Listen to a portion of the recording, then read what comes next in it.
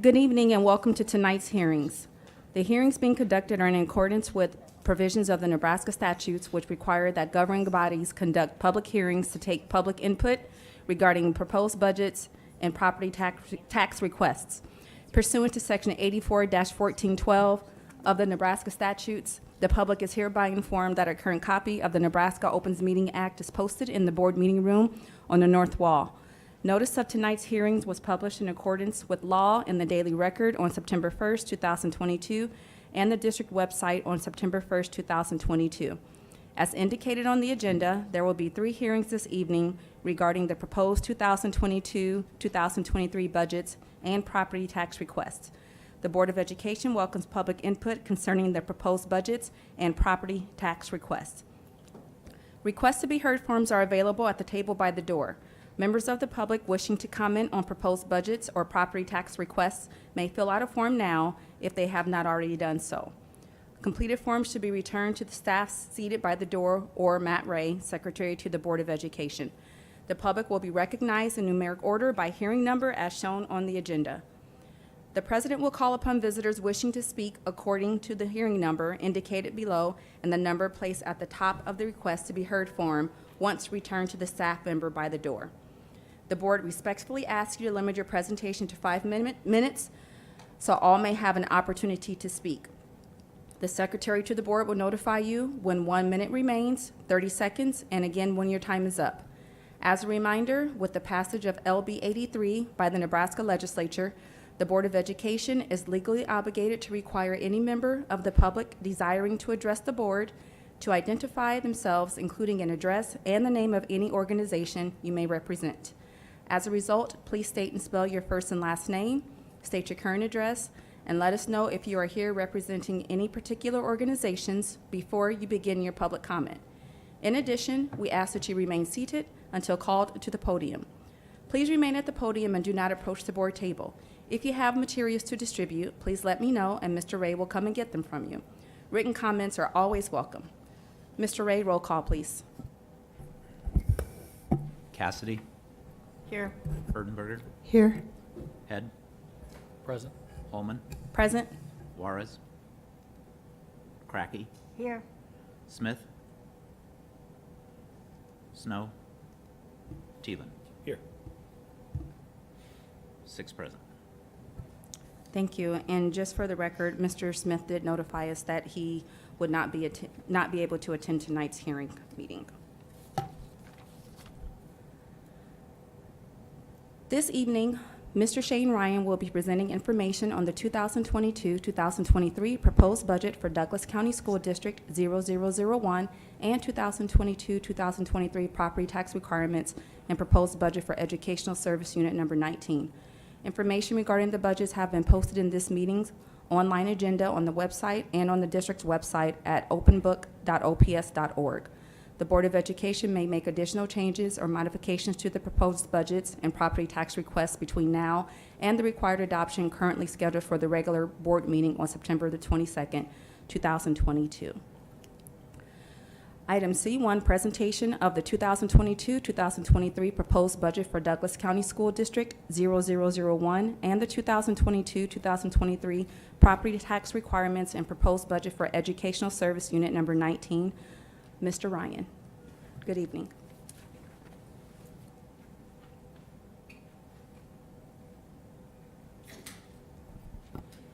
Good evening, Dr. Holman, Vice President Erdenberger, members of the board, and Superintendent Dr. Logan. I would like to thank you for the opportunity to address you this evening. Tonight we are presenting the proposed budget for fiscal year 2022-2023. The $1.4 billion budget is comprised of the general fund and 12 other funds. I will be focusing my remarks this evening on the 4 primary funds that comprise the district's levy. These include the general fund, the bond fund, the special building fund, and the qualified capital purpose undertaking fund. This proposal is the culmination of a process that began last November. In the initial stages, staff developed a high-level budget, identified areas for investment, and analyzed specific areas of spending to ensure adequate funding for key initiatives. Following that process, detailed department and program level budgets were developed in collaboration with leadership throughout the district.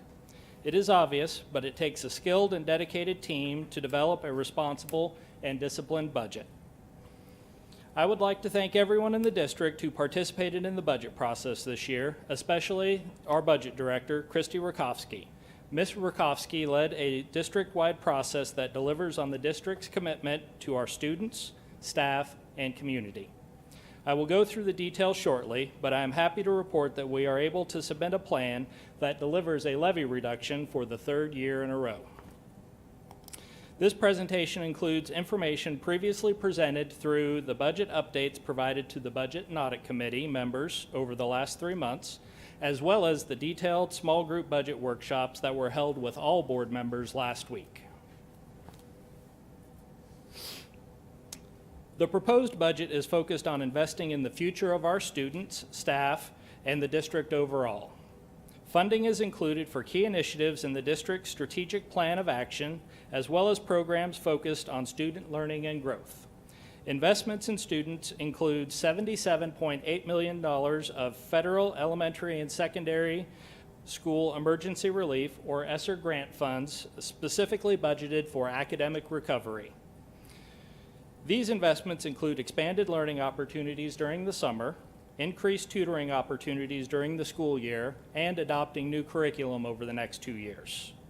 Investments in staff are also included in this budget, including $13.5 million in increased salaries for both negotiated and non-negotiated staff, as well as $14.8 million for additional staff for classroom instruction and student support for the 4 new schools that just opened this year.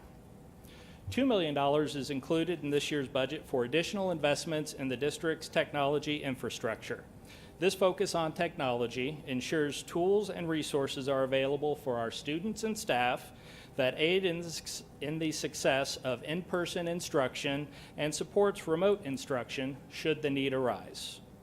The budget also includes reallocating $3.5 million from the general fund to the special building fund for maintenance and improvements to the district's facilities. These key initiatives are funded with a combination of available revenue sources and cash reserves.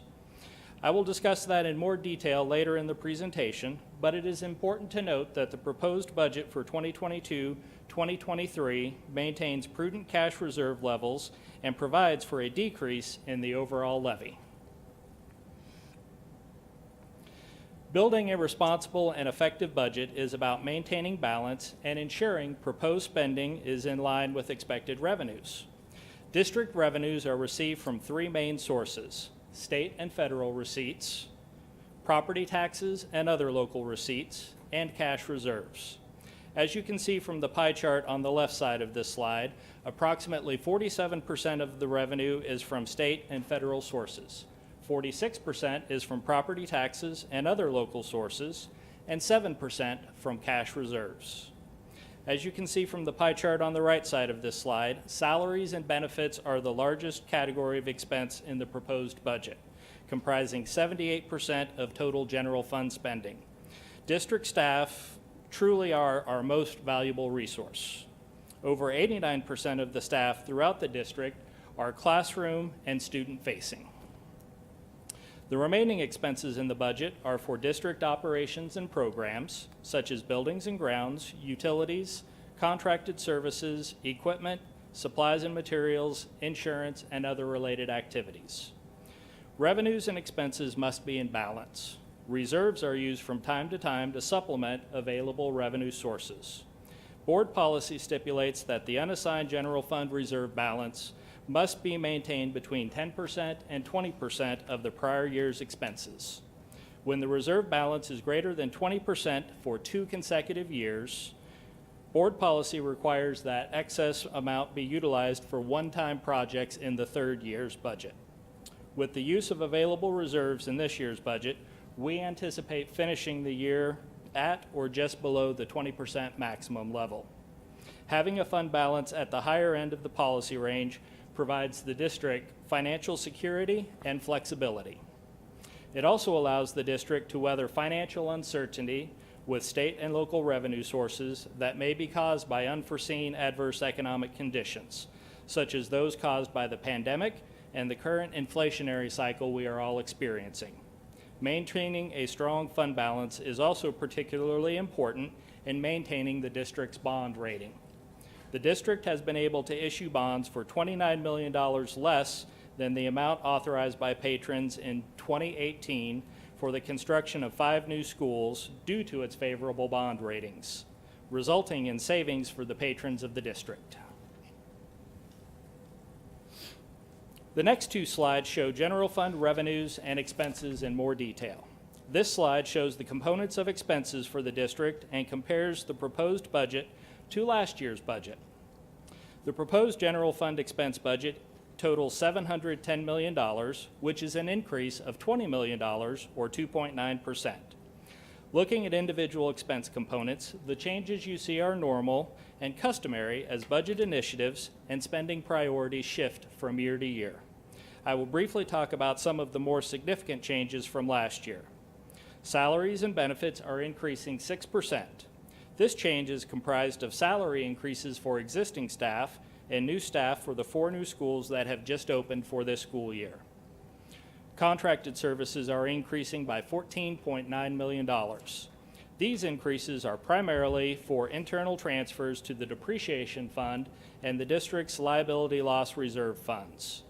The depreciation fund is used for significant future capital investments such as buses, updating technology, and curriculum adoptions. The liability loss reserve funds are used for any settlement amounts not covered by district insurance policies. Supplies and materials are decreasing back to a more normal level. Significant investments from the general fund were needed last year to purchase furniture, fixtures, and equipment for the 4 new schools that have just opened. The pie chart at the bottom of the slide shows the proportional share of each expense category to the total expenses in the general fund. These percentages are consistent with the prior year. There is one final item to note on this slide. The actuarial required contribution, or ARC payment, for the Omaha School Employees Retirement System is included in the salaries and benefits line. The ARC payment amount is determined by an actuarial study completed in January each year.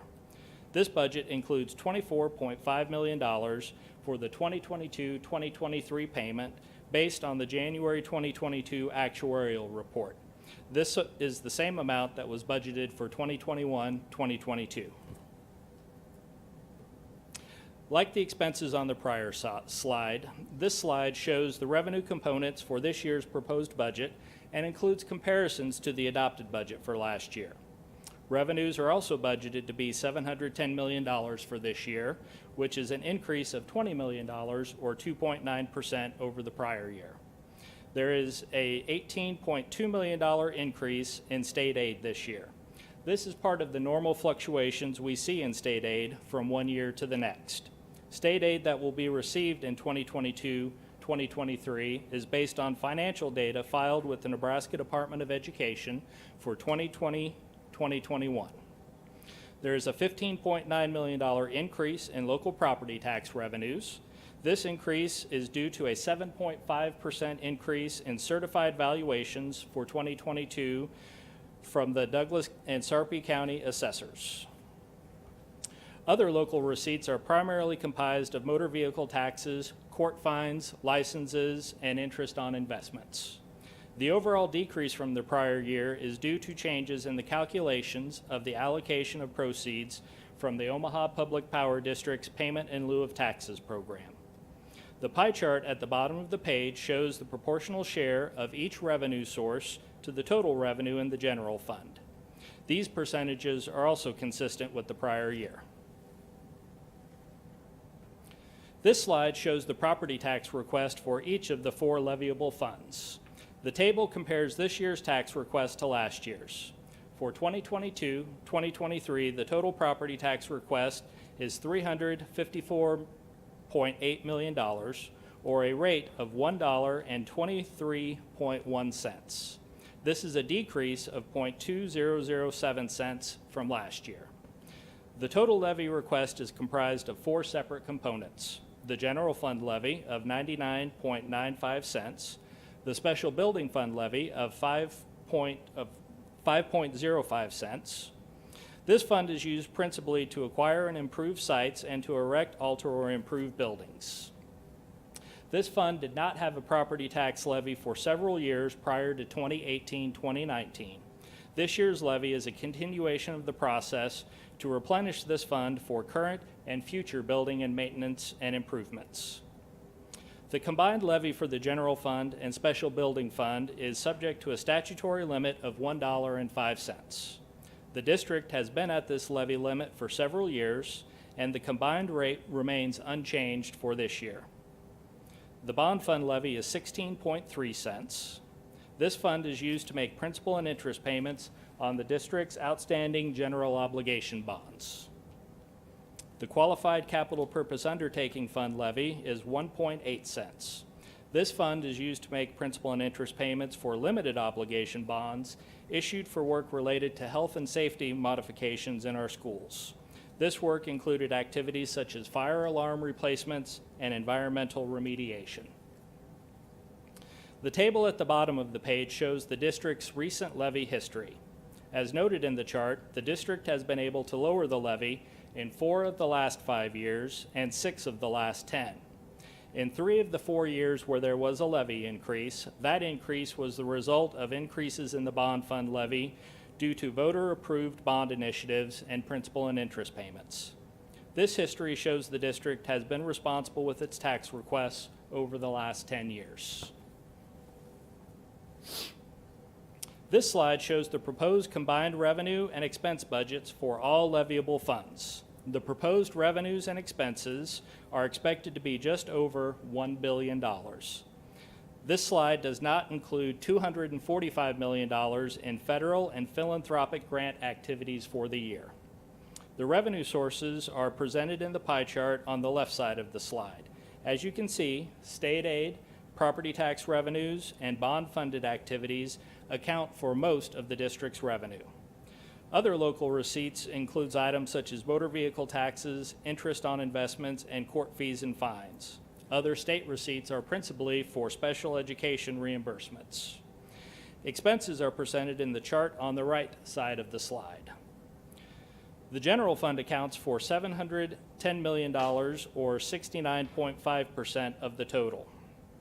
The remaining expenses include $214.3 million for principal and interest payments in the bond fund, $91.7 million in the special building fund. This includes building-related projects funded by bond proceeds, such as the completion of a new middle school to open in 2023-2024, as well as other maintenance and improvement projects funded by the levy. The qualified capital purpose undertaking fund will be $5.4 million, and that is for principal and interest payments. This slide presents the proportionate share of total revenues by source on the left, as well as the proportionate share of the property tax revenues on the right. The purpose of this slide is to show that only a portion of the district's revenue comes from property taxes, and to show a breakdown of those levies by fund. Today, we are conducting the public budget hearing for the district. The district, along with 8 other political subdivisions in Douglas County, will participate in a joint public hearing for property tax requests on Wednesday, September 21st at the Douglas County Legislative Chambers at 6:05 p.m. The board will then be asked to approve the budget and property tax request at the next board meeting on September 22nd. September 30th is the deadline to file budgets with Douglas and Sarpy counties, as well as the Nebraska Department of Education and the Nebraska Auditor of Public Accounts. The approved resolution setting the property tax requests will also be filed with Douglas and Sarpy counties by September 30th. For additional information on the district's proposed budget this year, a budget at a glance document has been prepared. This document provides additional insight into this year's budget and priorities. Hard copies are available in the back of the room, and it has also been posted on the district's website at openbook.ops.org. Detailed general fund budgets for all departments and programs have also been made available online at openbook.ops.org. This evening, we're also presenting the budget for Educational Service Unit 19. The ESU provides professional development for staff, technology and technology support, and printing and publication services across the district. Expenses for the ESU are increasing by $1.5 million to $21.5 million. As covered in the district's general fund discussion, the change in salaries and benefits in the ESU is due to increases in compensation agreements and also includes the addition of 3 new technology support staff members to provide additional assistance to elementary schools and their students and staff. Contracted services and supplies and materials both have modest decreases, with a $145,000 increase in equipment related to technology.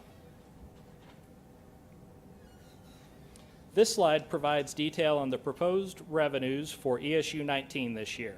As was the case with expenses, revenues are increasing by $1.5 million to $21.5 million. Most of this increase is from the use of ESU 19 reserves and payments for services used by the district. State aid for core services is decreasing slightly. Property tax receipts will increase by 7.5% due to the certified valuations by the Douglas and Sarpy County assessors. Changes in local receipts are primarily due to increases in payments from the district for services provided by the ESU. This slide shows the proposed tax levy for ESU 19. Nebraska provides for a separate statutory levy rate for educational service units of up to 1.5 cents. The proposed levy for ESU 19 will remain unchanged from a year ago at 1.5 cents. As a final item this evening, I would like to share with you the updated 5-year financial projection for the district's general fund. This information is presented in conjunction with the budget each year. It is important that the district always plan for the future and have visibility on to any potential financial challenges that may exist. The sooner any challenges are visible, the better positioned the district will be to plan for and weather those changes. The finance team frequently updates its modeling and projections. As forecasts are prepared, assumptions are challenged and updated, and the outlook modified for expected changes in economic conditions and potential legislative action. Having an eye to the future better positions the district to address challenges in both the short and long term. This allows the district to better utilize resources, anticipate issues, and resolve challenges over a longer period of time. None of the numbers on this page will be perfectly accurate over the next 5 years. However, the modeling behind these numbers shows trends and directional changes that can be expected over the next 5 years based on current assumptions. Long-term forecasting enables the district to plan for the future based on model changes to revenues and expenses. The first column of numbers represents the proposed budget for this year. The remaining columns of numbers represent the long-term financial forecast that is expected based on current assumptions. Instead of focusing on the individual revenue and expense components, it is more valuable to focus on the projected unassigned fund balance at the bottom of the page. As you can see, the beginning fund balance for the proposed budget is projected to be at 20% at the end of 2022-2023. The forecast shows the balance begins to decline significantly over the years in the projection. This forecast shows us that it will be challenging to continue to offer many of the services that have been and will be provided and paid for with ESSER grant funds. The ESSER grant funds must be used by September 2024, and continuation of any of these services will likely require them to be added into the general fund budget beginning in 2024-2025. Any continuation of these services in the general fund budget will likely require some amount of offsetting reductions in current expenses in the future. The district will need to continue to work on pursuing process improvement and implementing operational efficiencies. We will also need to continue to work to identify ways to utilize our available resources more effectively and efficiently. This reforecast is not a once-a-year project. The district's finances are reforecasted frequently, and we are always looking toward the future. The earlier issues can be identified, the longer the period of time available to address them. Planning for the future ensures that the district will have the necessary resources available to serve our students, staff, and community. This concludes my presentation this evening. Thank you for the opportunity to review the proposed budget with you. Before moving on to any questions you may have, I would like to thank two of the senior finance team members, Ms. Christy Rakowski, Budget Director, and Mr. Brian Klein, Financial Planning and Analysis Manager. This budget would not be possible without their leadership and their tireless efforts by them and their dedicated staff. With that said, I'm happy to answer any questions you may have. Thank you. Thank you, Mr. Ryan, for the presentation, and thank you also to the team. We know that your work is very important and critical to the success of our school district. Any questions, colleagues? All righty then. Moving on, hearing one, the purpose of this hearing is to hear support, opposition, criticism, suggestions, or observations of taxpayers related to the 2022-2023 proposed budget for Douglas County School District 0001, Omaha Public Schools. Mr. Ray, roll call, please. Cassidy. Aye. Erdenberger. Aye. Head. Present. Holman. Aye. Juarez. Here. Cracky. Aye. Smith. Snow. Teelan. Aye. 7 present. There is no public comment for hearing one. The hearing is adjourned at 5:57 p.m. Moving on now to hearing two. The purpose of this hearing is to hear support, opposition, criticism, suggestions, or observations of taxpayers related to the property tax requirements for Educational Service Unit Number 19 for the 2022-2023 fiscal year. Roll call, Mr. Ray. Cassidy. Here. Erdenberger. Here. Head. Present. Holman. Present. Juarez. Here. Cracky. Here. Smith. Snow. Teelan. Here. 7 present. There's no public comment for hearing two. The hearing is adjourned at 5:57 p.m. The purpose of hearing three is to hear support, opposition, criticism, suggestions, or observations of taxpayers related to the 2022-2023 proposed budget for Educational Service Unit Number 19. Roll call, Mr. Ray. Cassidy. Here. Erdenberger. Here. Head. Present. Holman. Present. Juarez. Here. Cracky. Here. Smith. Snow. Teelan. Here. 7 present. There is no public comment for hearing three, and this hearing is adjourned at 5:58 p.m. I would like to thank those of you in attendance for your comments this evening and for attending this evening. The board appreciates your input and your presence at tonight's meeting. Let the record reflect that the budget hearing adjourned tonight at 5:58 p.m.